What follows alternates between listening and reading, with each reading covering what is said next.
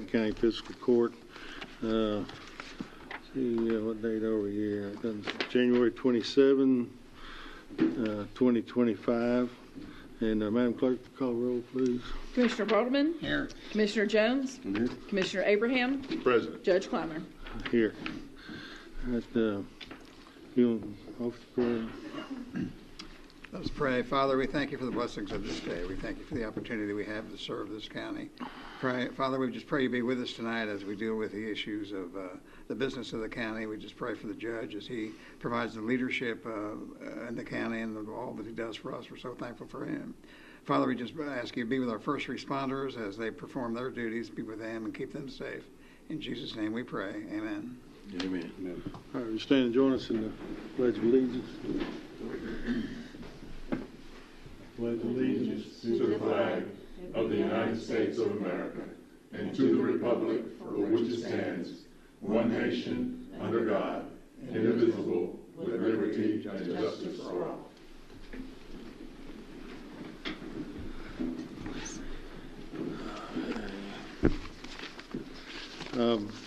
Before we get to the regular agenda, I have some comments that I want to make about an occurrence, really an astounding occurrence in my mind that has happened here in the last few days. And so, being a lawyer and a retired judge, I'm going to go through and put the points on the record, because I think it's very important that the people understand what's going on here. So in the Tuesday, January 21 Paducah Sun, the Paducah McCracken County NAACP President J.W. Cleary is quoted stating that he believes the President's order removing DEI from federal programs goes against everything King stood for, and that Martin Luther King would not have liked that whatsoever. I've known and been friends with J.W. since grade school, and I texted J.W. and said that I questioned his statement that MLK was or would have been a DEI supporter, and I stated in some detail why. I've done considerable study of MLK's writings and of DEI as well, especially equity principles, and have long been convinced that MLK's equality without regard to race was contrary to DEI, most specifically to equity. I believe MLK was right. It's a very important issue, one that I think deserved to be aired out and studied, debated, bring it to the light, and perhaps we could resolve if there is any question. I wrote JW because while I was confident in my belief, I was not anxious to create some controversy, something dividing the black and white communities, because I've worked hard to bring us together. I had a belief that JW would agree with me, regardless of what he had said to the newspaper, at least as to the word equity, which I believe is really the unacceptable word, because I had noticed for some time that he had stopped saying in speeches and talks in the community, stopped saying the word equity.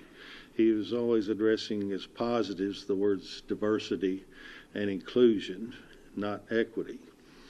JW had also presented me and the fiscal court this plaque,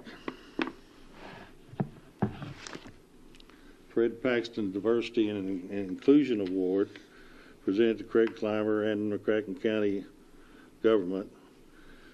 It's diversity and inclusion. It does not include the word equity. And so I wanted to discuss with him and see what his thoughts were. So I wrote in part to JW, you know I love you, I know you love me, but I have to disagree with your statement to the Sun that Martin Luther King Jr. would have been a diversity, equity, and inclusion supporter. MLK supported and preached equality, not equity. Equality is everyone being treated the same with regard to race. Equity is identifying folks by race and then giving preferences or advantages to African Americans and not to whites because of their race, and addressing historical discrimination. And I went on in a little more detail, consistent with that very idea. So when I wrote to JW laying out my belief that MLK would not have supported equity because I believed it's contrary to the equality preached by Martin Luther King, JW responded, and I quote, "You're right on point. That is a misquote or misunderstanding because I too want to be treated equal, but sometimes that is not always the case. I will agree with you." So his points answering me, "You're right on point. I will agree with you." So having the local NAACP president agree with my position, I thought that I was right and right on point, and he agrees with me. My concern over the community divide that could be caused by publishing this idea that I had, I went forward with publishing that. I made no mention that I had communicated with JW or that he had agreed with me in what I put on the Facebook post. Then, the very next day, I can't describe my shock to watch J.W. Cleary on WPSD TV stating, quote, "We just feel like he was out of rim and he shouldn't have done and said what he did. Judge Clymer takes the attitude that we're wanting jobs or positions and we're not qualified. Well, that's not the whole point of the issue. To me, is all we want to do is to get in the door and have the opportunity." So he continued, "We're actually asking in the letter from NAACP that the fiscal court commissioners look at the situation, and in other words, if you've got a bad apple in a group, then the fact that maybe we need to get rid of that bad apple. That's me. The NAACP letter explains how I am, in their opinion, wrong, how I'm dividing the community, and this, quote, "The city of Paducah required accountability from former Commissioner David Guess. Therefore, we urge the county commissioners to take the same stance." Of course, the city holding David Guess accountable for a statement he made was to remove him from his office. The McCracken District Court rather quickly reinstated Guess on the grounds that as a citizen of the United States of America, Mr. Guess's speech was protected by the First Amendment of the United States Constitution. So is mine. The remarkable, incredible to me point of all of this is that I have a belief that Martin Luther King preached equality and not equity. I'm convinced equity and equality are not the same. I based my belief on having attended DEI trainings and reading and comparing MLK principles with equity principles. Attempting to avoid controversy and divisiveness, I sent my reasoning to the president of the local NAACP, as I just said, and when he said he agreed with me that I was, quote, "right on point," obviously, I believe that he did agree with me. What else could one believe? So taking some comfort in that agreement, that's when I posted it on Facebook, the same letter I had sent to JW, again not mentioning that I had spoken with him or that he agreed with me. The next day, the NAACP, led by the president who agreed with me, is on our local television, having said that I was right on point and having agreed with me before, calling for me to be removed from office as a bad apple. I've read of people being attacked and attempts to marginalize people who express views not popular with certain groups. I would never imagine, never, that our local NAACP, led by my decades-long friend J.W. Cleary, would do that to me. I'm the elected leader of this county. I've served this county since 1976 in various roles as a police officer, as a federal court attorney, I was a state judge in this court, the one next door, 2 upstairs. Every court in here I've served. 23 years. From creating a commission to examine racism in our community shortly after I took office, to orchestrating the Black-White Unity Tower on I-24, attending and financially supporting Martin Luther King and other African American events over the years, along with the fiscal court members. I've done, I think, what I can do to promote strong race relations in our McCracken County, because I think it's a high priority. I think I have a good reputation, one that I believe is deserved. To be so attacked and threatened to be removed from office for daring to express a view contrary to the NAACP is an extraordinary event, and obviously a violation of my free speech rights guaranteed by the United States Constitution. And what is my unpardonable sin? I believe Martin Luther King Jr. preached equality for all, regardless of race, and that's what I believe is the right path as well. And I believe that equity is not the same as equality. I request that the NAACP reverse its discrimination violation of my constitutional right and acknowledge that whether I'm right or wrong as to equity and equality difference, that I have the freedom to disagree without being viciously attacked and thrown out of office in disgrace. It's a cancel culture, pure and simple. Again, can't believe it. Unbelievable. And I know, and I have had friends in the NAACP,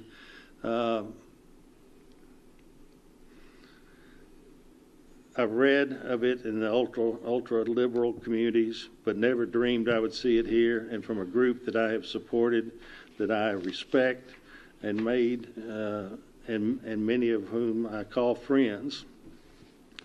If you don't agree with us, we'll attack you professionally and personally, attack you as an unethical, as racist, disparage your reputation, and have you fired from your livelihood. You'll wish you'd never opened your mouth. Those are my words, not theirs. Even if I were wrong, if Martin Luther King would have favored equity, I still maintain that MLK Jr.'s preaching that treating all people equally without regard to race is the key to promoting good race relations.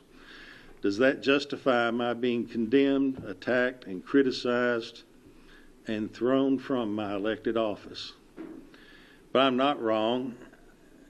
In another of J.W.'s texts to me on January 24, after he changed from agreeing with me to calling for my removal, he sent some documents called a primer for DEI so that I could be properly educated as to DEI and the terms. Included in the documents is the following. One that says key points about equity for African Americans. It says beyond equality. Equity goes beyond simply treating everyone the same, recognizing that different groups may need different support to achieve equal outcomes due to historical disadvantages. Affirmative action, implementing policies that aim to increase representation of underrepresented groups in workplace and educational institutions. It goes to defining the distinction between equity and equality. Equality uses the same strategies for everyone, but because people are situated differently, they may not be likely to get to the same outcomes. So it's an outcome-based strategy. It's not about opportunity. It's about seeing that people get the right outcome. Equity uses differentiated and targeted strategies to address different needs and get to fair outcomes. From these definitions, I see that racial equity first separates people according to color. It must do that in order to identify the group, that being African Americans, that have suffered historical disadvantages, contrary to Martin Luther King's proposal that we view people not according to their race, but according to the content of the character or who they are individually. It then provides that group with additional support, and the support is to achieve not equal opportunity, as equity proponents insist. It is to achieve equal outcomes. Equality mandates that everyone, regardless of color, has an equal opportunity, while equity seeks to give advantages to people historically disadvantaged because of their color to be hired in a position or enrolled in a school or whatever the goal is. Racial equity, as stated in the primer, supports affirmative action, which it defines as implementing policies that aim to increase representation of underrepresented groups in workplaces and in educational institutions. Treats one color group, black, differently from another color group, white, going beyond equal treatment to give advantages to African Americans, to amend for historical discrimination, and focus beyond merit to achieve not opportunities, but outcomes. All of this is unconstitutional discrimination, affording, because of skin color, advantages to one class and denying those advantages to another. That is not what Martin Luther King Jr. stood for. It's not as if I'm alone in questioning equity and its results. I'm in pretty good company. The United States Supreme Court is one, having repeatedly struck down affirmative action in school enrollment, job hiring, promotion, and numerous other areas. Multi-billion-dollar corporations have discontinued DEI programs. Meta, Walmart, McDonald's, and of course, now the United States of America. Similarly, colleges and universities across the nation, including our own University of Kentucky, right up the road, is seeing that that DEI is racially discriminatory and subjects them to liability in lawsuits for constitutional violations. I suggest that those businesses, governments, and other bodies who employ equity principles inquire of their lawyer or someone knowledgeable as to the legality of continuing and the possible ramifications and costs to their business or their enterprise. I wrote to JW attempting to convince him that I had not intended to stir up a controversy. I simply was questioning the proposal that MLK would support DEI, and I believe his calling for my ouster from elected office was unbelievably extreme and uncalled for. Instead of a withdrawal of his calling for me to be removed, he doubled down. He said, Judge Clymer did not make me aware that he would make a social media post based on our conversation. I agreed that, quote, I want to be treated equally, but that is not always the case. And Judge Clymer understood my agreement to be consent and chose to use my words to support his opinions. This is in a letter not sent to me. It is sent out, I think, to the membership of the NAACP, not intending that I see it. Well, I've seen it. As to not making JW aware that I would post our conversation, I did not post the conversation nor mention that we had spoken, not until I saw him on TV after saying he agreed with me and I was right on point, calling me a bad apple, stating that I believed African Americans couldn't do certain jobs, and calling for my removal from office. The fact that somebody would say, I have the opinion that African Americans can't do certain jobs. It was then, after he had agreed with me and now wanting me thrown out of office, that I posted that JW had agreed with me the day before to counter that he was saying, calling me the bad apple. But the most astounding, deceptive, and just blatantly dishonest claim is the statement above that JW only agreed that I wanted to be treated equally, but that is not always the case, with the implication that it was only those words upon which I relied in believing JW agreed with me. Left out of that quote, sent to the membership of the NAACP, and I don't know who else, is the very language that caused me to believe that he agreed. What he said was this: "You're right on point." That is a misquote or misunderstanding, because I too want to be treated equal, but sometimes that is not always the case. I will agree with you.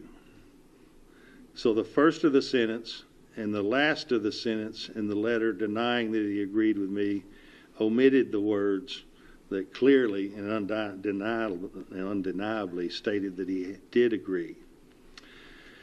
Having intentionally altered his statement with this untruth to support his denial, he then has the gall to state, quote, "Let us work together to promote unity and understanding rather than allowing untruths to create division." On Friday the 24th, following J.W.'s calling me a bad apple and calling for my removal, after I confronted him about that, he sent another text message. "Judge, we need to talk one-on-one, because the county government have done more moving in the right direction under your leadership than in any other that I know of. What about Monday morning, 9 or 10? And I'm going to send you an email. Please read over. With love, my brother, J.W." I responded that I would talk to him when he withdrew his offensive and unjustified attack on me in public, and he has not. So in summary, I expressed to my friend J.W. that I disagree that Martin Luther King was an equity supporter. He preached equality without regard to skin color. I think he was right. J.W. told me that I was right on point, and I will agree with you. And then when I posted my view, J.W. having agreed, I was verbally attacked, threatened to be removed from office. Our Constitution guarantees our right to free speech and expression, and prohibits restrictions, particularly vicious attacks and threats of retaliation. I've long tried to improve race relations in McCracken County. J.W. acknowledges that effort, and I'll continue to do so. It is not, I am confident, J.W. that attacks me, although he signed someone's letter. It's some radical members of a good organization led by a good man with a good heart. But even the best of us can succumb to pressure and say or do whatever we otherwise would not. I think that's what happened here, and hopefully we can get past this. It's going to be a while for me. That's all I've got to say about it. I don't know if y'all have any position on, or we'll just go on.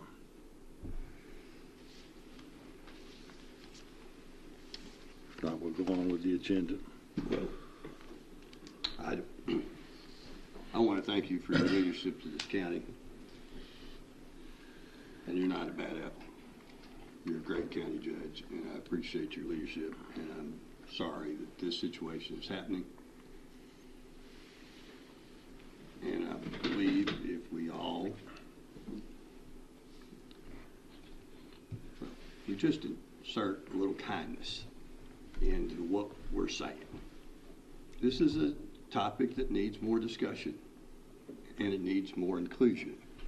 And it feels like there was an effort, because you didn't agree, that somebody didn't want to include but wanted to exclude. So, more kindness, more diversity, more equality, more inclusion. Okay, thank you.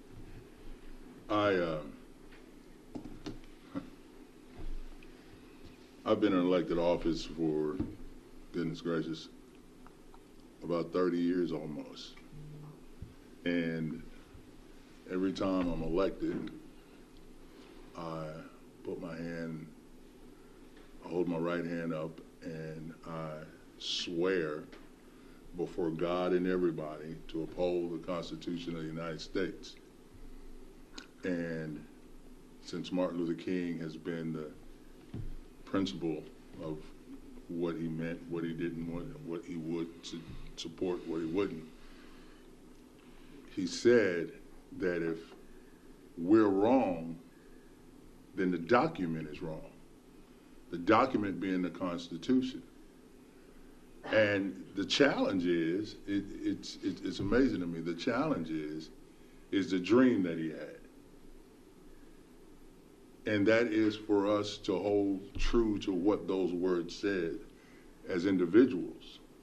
That will always be a challenge because people are different. They look at things differently.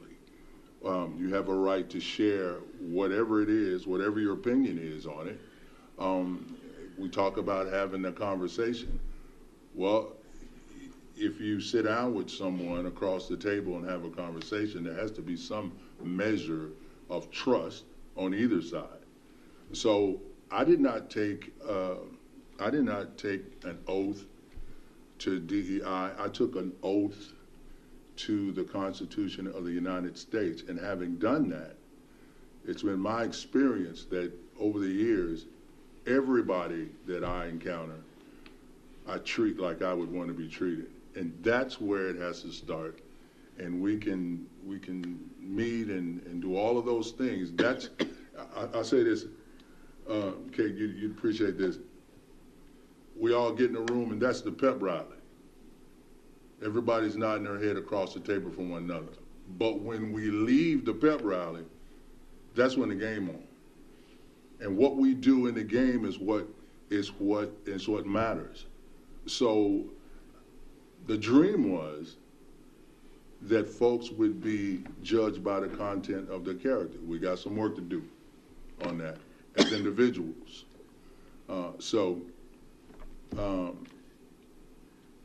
We got some work to do, but it starts with us. It starts with each individual, and we do the best we can. And that's not going to be, that's not going to satisfy everybody, and we know that. But we do the best we can, and we stand by what we do, and we move on.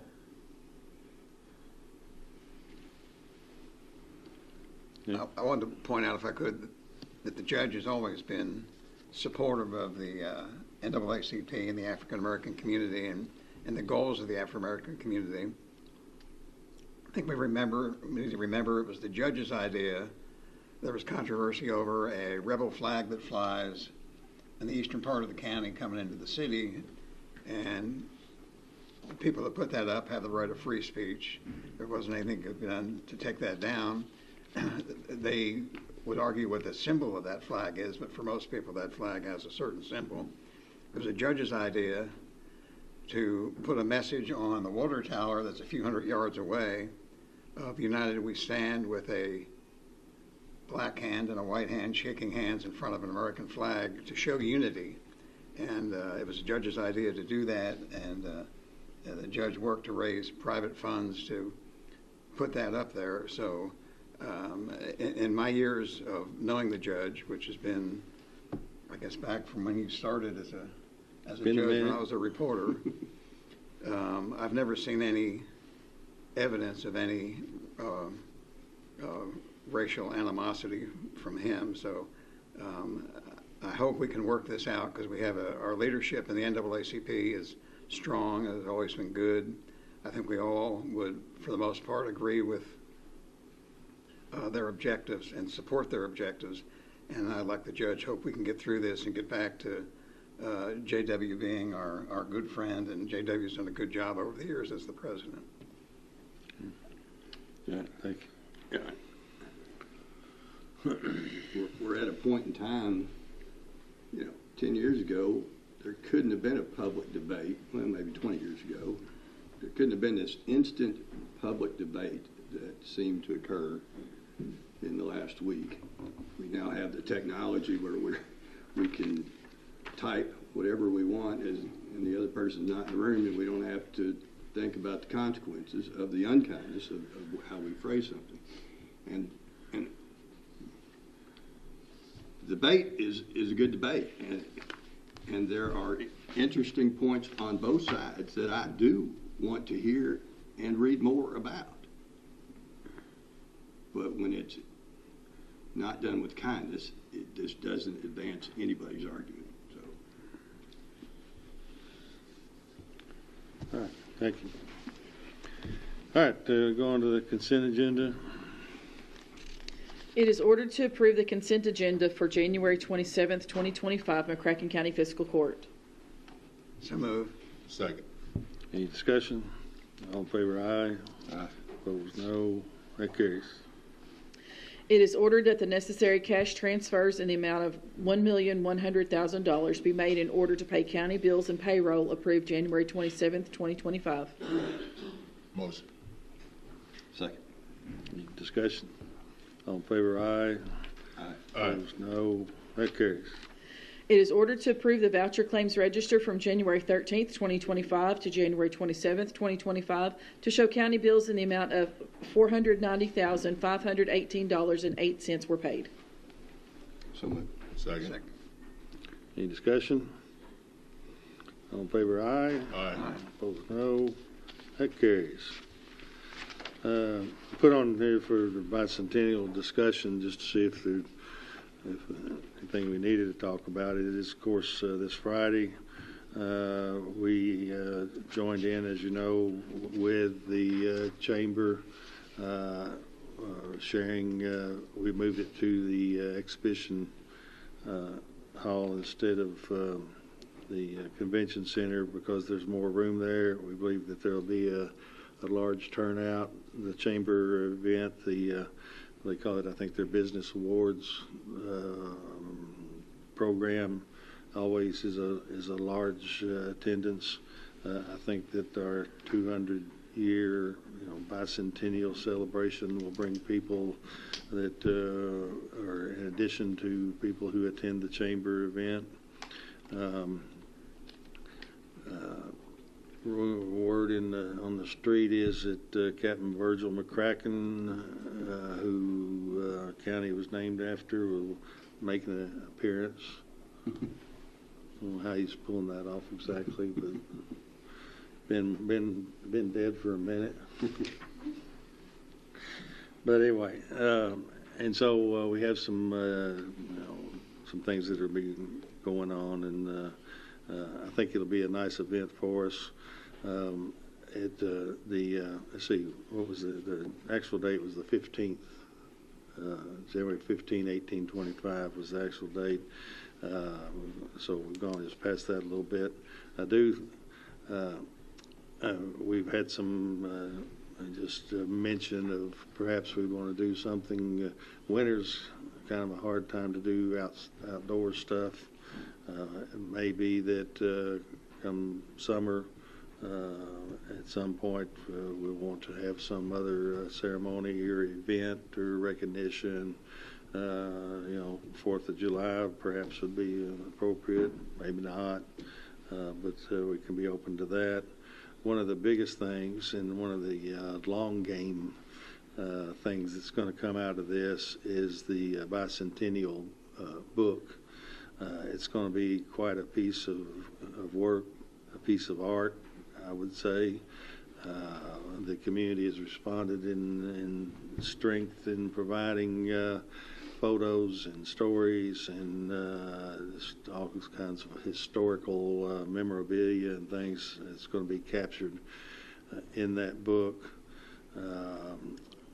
There is still some time until the end of January 31, so just a few more days, that if somebody wants to put I think we're down to now to paid contributions or paid involvement, and I don't remember what the fee is now, but another thing that's happened that I think is nice is that the Redcoat folks with the city have really joined in and helped in helping to put this book together to get orders for it to be sold. And so if people want to, and I've got to, certainly can't, without our McCracken County Library folks, they've just done an enormous job. I don't know the number of hours they put in to this book. they've really taken charge of it, along with Steve Irvin. Dina, my assistant's been intimately involved in the production of the book, and a lot of this materials has been brought to the library where they scan it and put it in whatever form. Multiple meetings over the past, I guess, year or so, and trying to get this put together. But the events will fade with memory and that sort of thing. But the book will be something I think that every family would like to have in their home, and hopefully it'll be a big hit. Give Roy Hensel and the library. Yep. Yeah. I don't know. Great job. Have you seen has the publication or the video they made, has that made the social media yet? His presentation. It really, really I don't know if it has. I went. You talking about at the library, Roy's?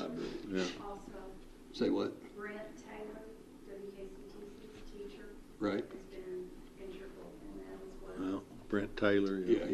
Yeah, there were several of them worked on it. I guess Roy was the guy in front of the camera. Right, yeah. And but it really, really very good for a history guy. Anybody have any questions about any of that? Okay. Court orders. It is ordered that the treasurer is authorized to pay $5,000 to the Paducah Chamber of Commerce for the funding of the Small Business Development Center, SBDC, for fiscal year 2024-25. Motion. Second. I put this on as an order because we gave a year ago that same amount. This young man, Harned, I don't remember his first name. Drew. Drew. Drew. Aaron Harnett. Aaron. Okay, Aaron. Drew's his Aaron. brother, I'm sorry. Aaron Harned. Sorry. He's really good at what he does. One of the things that he participated in, and I attended several of them, was a workshop for minority-owned businesses or minorities who would like to own a business. And his gig is he knows how to start a business, knows all the paperwork to go through, knows the financial end of it, and we had really good feedback from that minority business seminar. It was out at WKCTC. It was just really a strong program. Of course, he'll help anybody that comes along that, I guess, I don't know if you're a millionaire and you come in there and want to find out how to start a business, but it's a no-cost thing for people who want to start businesses and get up and running. I personally feel like there was a little bit of misunderstanding, I guess. It was thought that we had 2 years ago, well, I guess a year ago, had pledged to do this for 2 years, but we looked at the order and it was not for 2 years, it was for 1 year, being last year. And so now we need to decide, do we want to do it again? Any other discussion? We've got a motion and a second. Your recommendation is that we do it another year? Yeah, I really think it's helpful. All right, all in favor, aye. Aye. Opposed, no. That carries. It is ordered that a $500 sponsorship is approved to the Paducah Area Chamber of Commerce for the 2025 West Kentucky Thank You Night that will be held in Frankfort on February 13th, 2025. Motion. Second. Any discussion? All in favor, aye. Aye. Opposed, no. That carries. It is ordered that a $7,500 scholarship is approved to the Paducah Area Chamber of Commerce for the 2025 Annual Chamber Meeting that will be held on January 31st, 2025. So moved. Second. I think you said scholarship, but meant sponsorship. Oh, Oh, is that right? Okay, it does say sponsorship, I'm sorry. Yeah. Yeah, so that's the Paducah Area Chamber of Commerce business meeting, our agreement with them, if this is approved, and I sure hope it is, this being Friday, is to contribute as a sponsor $7,500. I've talked with Sandra Wilson quite a number of times about, we've been kind of coordinating what we thought would be strong for the county and fit well with their program as well. And I think it's going to be a really, really fine program. So any other discussion on that? No.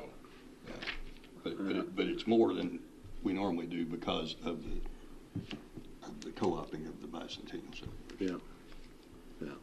And I mean, all the planning and all that. There's a lot of planning that goes into these things, and getting the invitations out and all the different stuff, coordinating all the entertainment and paying for that. $7,500 sounds perhaps like a lot of money, but I think it is not for what we're getting.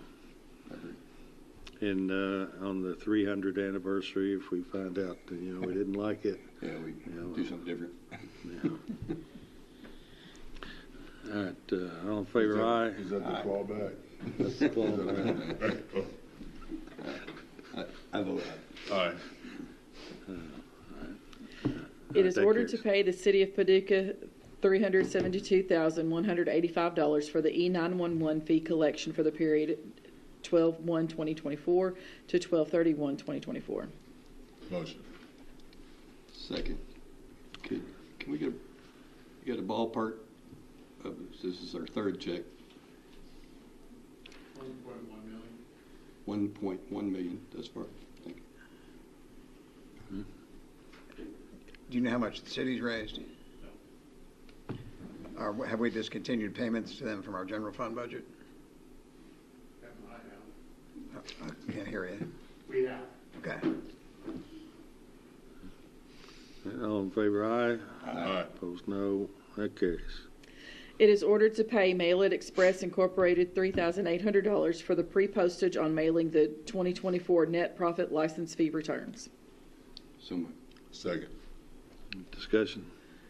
All in favor, aye. Aye. Opposed, no. That carries. It is ordered to pay the city of Paducah $169,456.35 for half of the dog park relocation expenses related to the sports complex project. So much. Second. Any discussion? All in favor, aye. Aye. Opposed, no. That carries.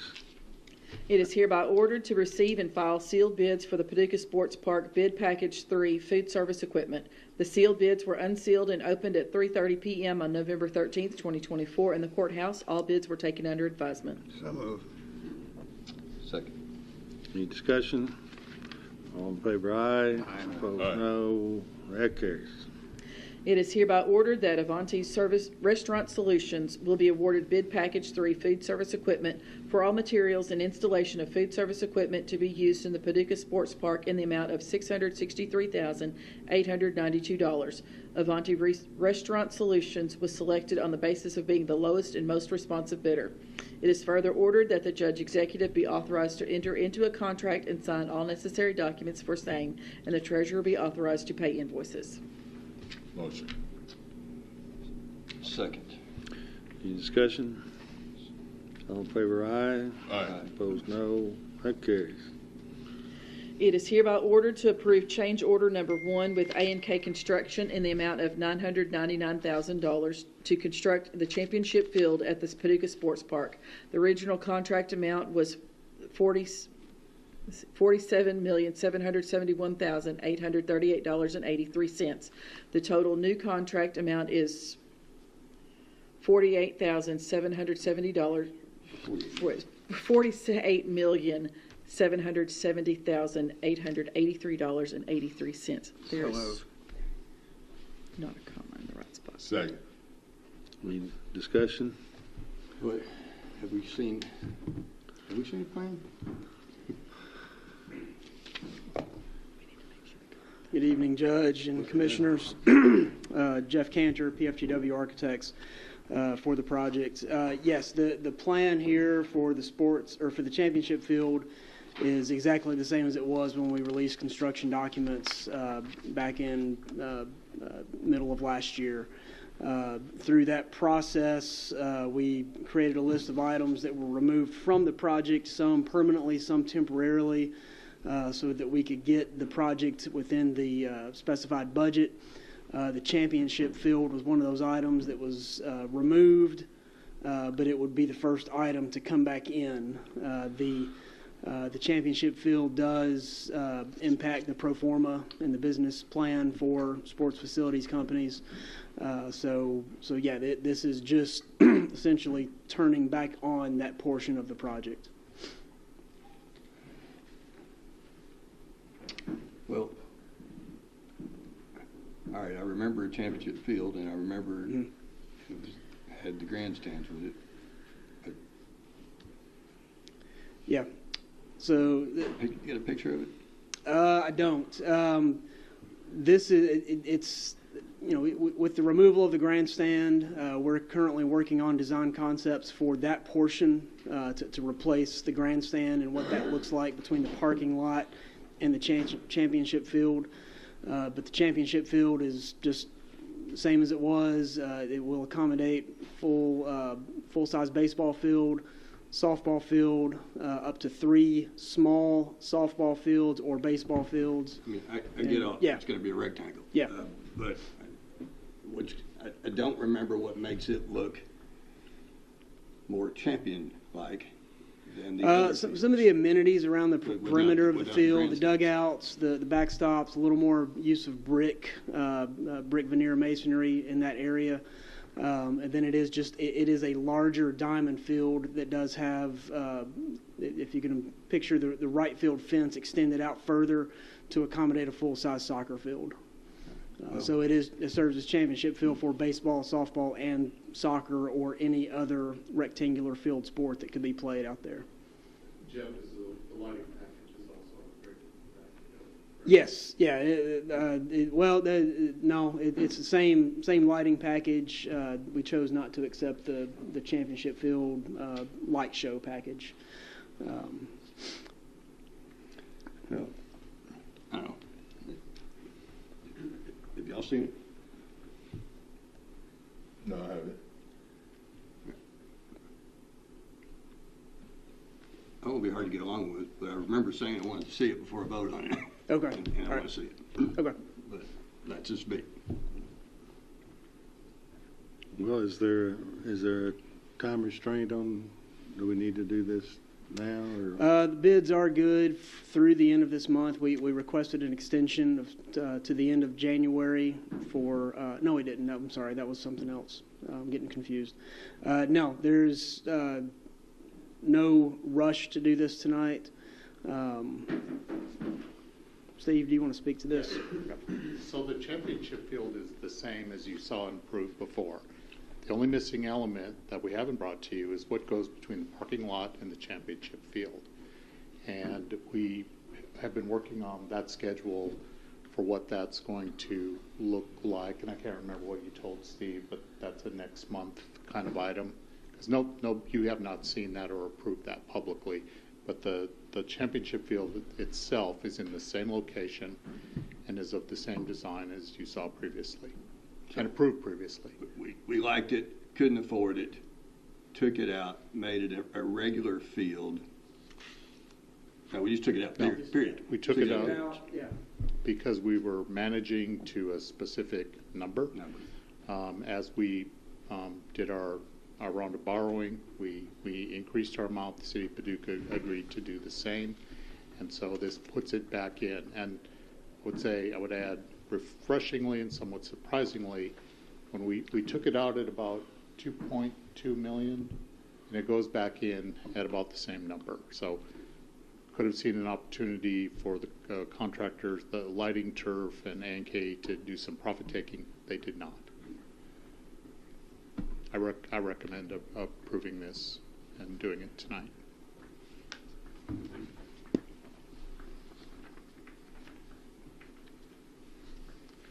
That scratch your itch. Well, a little bit. I mean, it does. I mean, so what? We've still got more work, design work, we're going to have to do for whatever with the purpose of the grandstand. Yeah, but essentially what replaces the grandstand that was removed from the project and the site.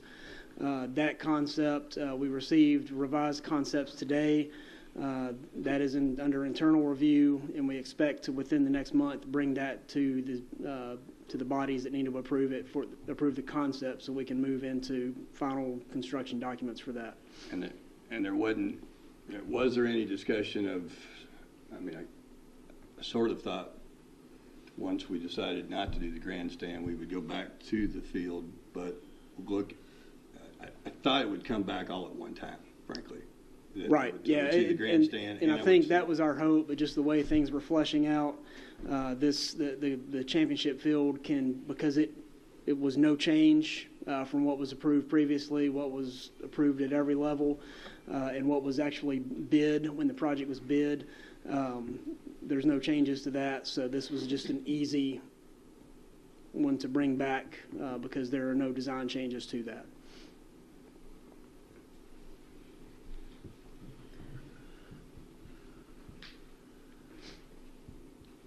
Okay.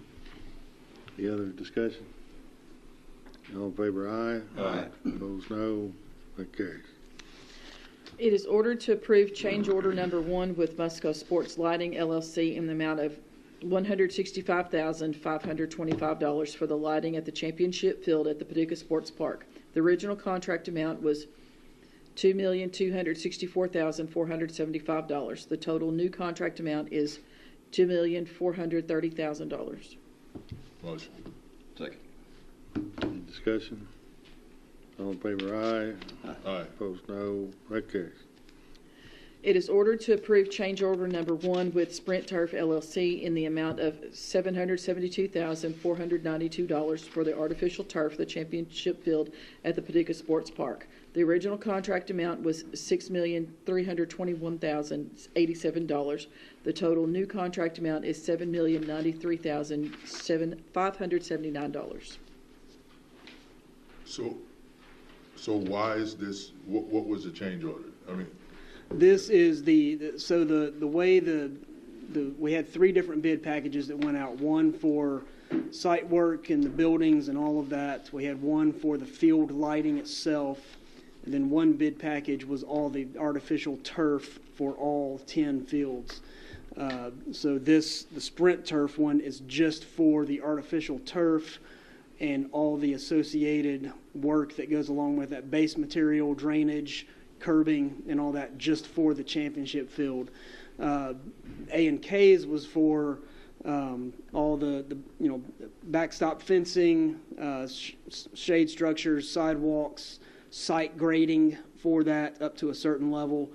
So the Sprint Turf number is just for the artificial turf and associated work that goes along specifically with the turf by the turf contractor. so the original bid was what? There, 47. yeah, the original contract amount for Sprint Turf that was $6.3 million, and then this is $772,492 for the field turf for the championship field only. So in L, which was the A&K, it raised the total new contract to about $1 million. Do J and K? Yep. They what? You add them together for the championship game, all 3. Yep. All 3 of those together, the separate change orders for the separate contracts total $1,937,017.00. So that gets us to our new contract. And that gets us to the new. Well, each of these are separate contracts. We have 3 separate contracts: one with A&K, one with Sprint Turf, one with Musco, because we had 3 different bid packages that went out. So these 3 separate change orders total $1.9 million and some change for the championship field. That's essentially the value of the championship field, is those three numbers added together. So maybe I missed something. Why was the change order? I mean, the way my head works is I put a bid on a job. This is what I can do the job for. Okay, solid. I get in there. I'm milling around like, oh, wow, didn't see that. So I come back to you guys and like, look, it's going to cost me another $300,000 to remove whatever that is. Is that the way that worked? That's not the way this worked. Okay. That is a way it does work. Okay. This worked was before the contracts were signed. The bid amounts came in over budget. What was available. So we removed items from the project. The championship field was removed from the project, and for these three separate bids, we asked A&K to remove the value of the championship field with their work from their bid proposal. We asked the same thing of Musco Sports Lighting and the same thing of Sprint Turf, and those amounts were individually removed from each of those bid proposals to get us to a contract amount for each one of those vendors. And then we went back separately within the last 2 or 3 months and asked them to provide us the number to bring each of those items for their portion of the work for the championship field back online. And that's what these amounts are. And that came in less than what it was in the original bid, is that right? It came in less than what it was, or less or close to what it was for the amount that was value engineered out to get us to the original contract amounts for each vendor. We weren't comfortable doing this when we still had the grandstand expense. Right. Without the grandstand expenses became more Yes. palatable. Yes. It's kind of clever. It's kind of clever. Yeah. Any other discussion? All in favor, aye. Aye. Opposed, no. We never actually got a motion and a second on that. Oh, we didn't, did we? No. Yeah. Motion. So moved. Now, Yeah, I made any a other- motion. Oh, yeah. We got 2 motions, I'll second. You pick. And I'll vote yes. All in favor, aye. Aye. Opposed, no. Motion carries. Thank you. It is ordered that the judge executive is authorized to sign the resolution regarding the use of marijuana with or without a prescription by employees of McCracken County in response to SB 47. So moved. Second. So, I've just had a couple questions earlier, but you've answered, but it's a resolution. So, Why resolution? How does that have any force? so ordinarily, we would put this into the administrative code. Right. We wanted to enact this policy sooner than that I because got you. we're going to go through with you guys in a review, and in June, I'm going to ask for this to be embedded permanently. This is kind of a stopgap I got you. between now and June. Okay. And so what's it say? So what it Not says is it's not mandatory. It's not mandatory use. Yeah. It basically says, Judge, that we're taking advantage of what the Senate bill said when it put medical marijuana, made it legal in Kentucky. It allowed employers to say you don't have to change your employment practices with regard to the use of certain illicit drugs, including marijuana. So this will add to our policy that it's a resolution that says our policy is not changing, that you may not, employees may not use marijuana even if they have a prescription to do so, which is, of course, highly unusual. Normally you have a doctor's script for something. You might have to reveal those to us if it's something like Oxycontin. You have to tell us you're doing that, but there would be a prohibition against doing that. The prohibition will continue. Why that's important to us is there's another state law that encapsulates or shortens itself to be known as the Kentucky Drug-Free Workplace. Is that it? Which says if you follow the dictates of that statute, we get a 10% break on workers' comp annually. We have been compliant with that for how many years now, Michelle? 3, 4? So we've been taking and getting that break, which is worth about $40,000 a year to us. So I recommend we do this. I would like to do this. We'll get to revisit the issue again in June when we actually embed it permanently into the administrative code. Yeah. There are a number of issues here that, as I was telling the commissioner, we're eventually going to run into an employee with cancer that uses it genuinely as a important needed therapeutic. And we'll have to cross that bridge when we come to it. That's what I was gonna Is say. there any issue in the union contract that would affect this at all? No. Nothing about medical or anything in the... No, there is not. They will have to abide by this. In fact, there's a specific thing in the contract that says if it's not covered by the contract, then and it is by the administrative code, they have to follow the administrative code. Also, 100% of our workforce at the road department is CDL, and policy with regard to medical marijuana and CDL has not changed. So they have to have that CDL to remain employed with us. Yeah, I see it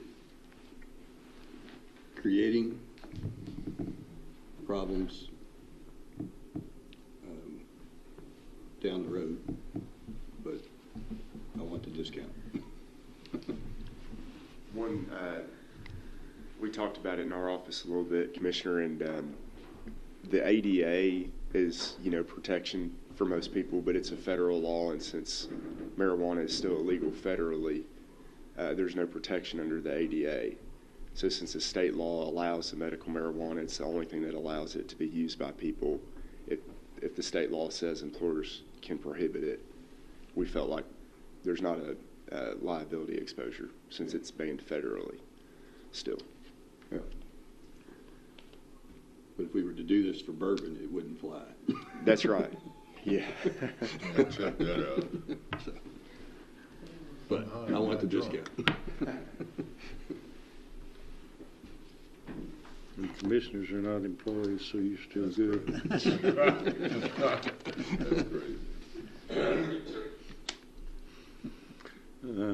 I don't know where we were.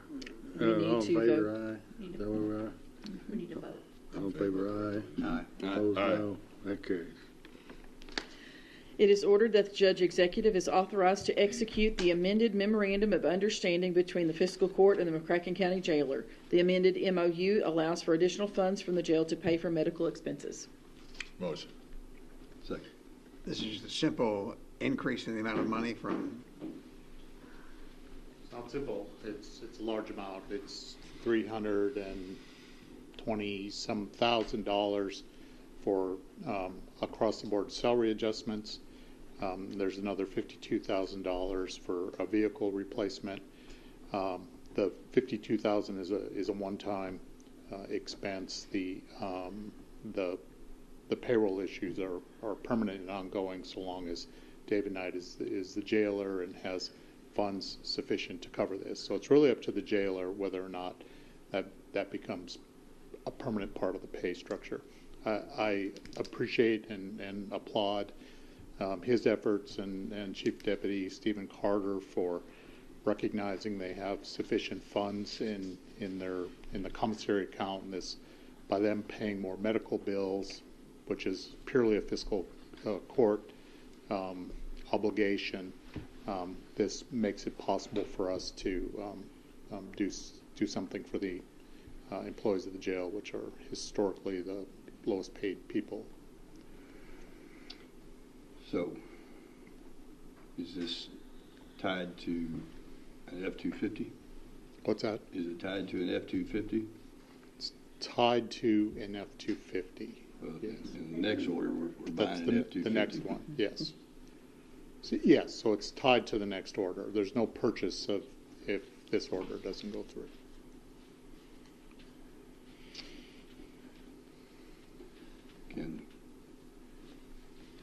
So M is on the floor. There's been a motion and a second. Yep. Yep. Want to talk some more about it? Or?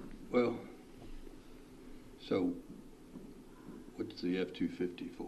It replaces a 2006 model truck that I happened to buy years and years ago.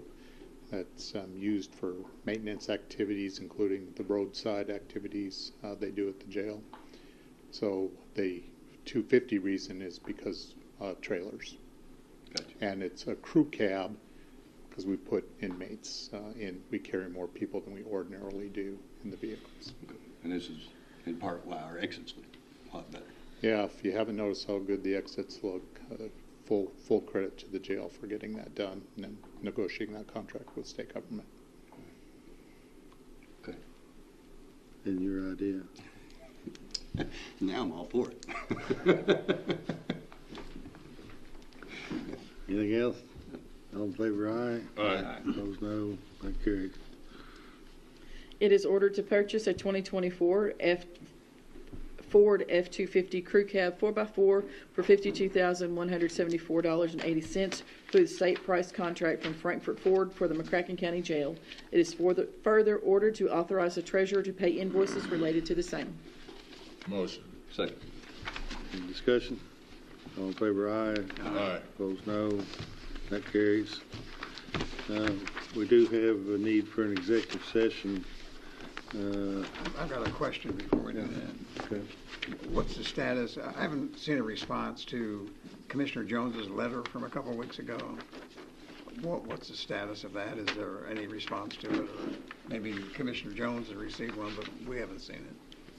I met with Commissioner Jones on Friday about the letter, and I'll be scheduling something with you individually in the next week or so. Okay. Okay, thank you. And the others, Breedland and Heath, we're about ready to. Yeah, we're about ready to. We have a lighting bid and a fencing bid that cumulatively are about $450,000. Thank you.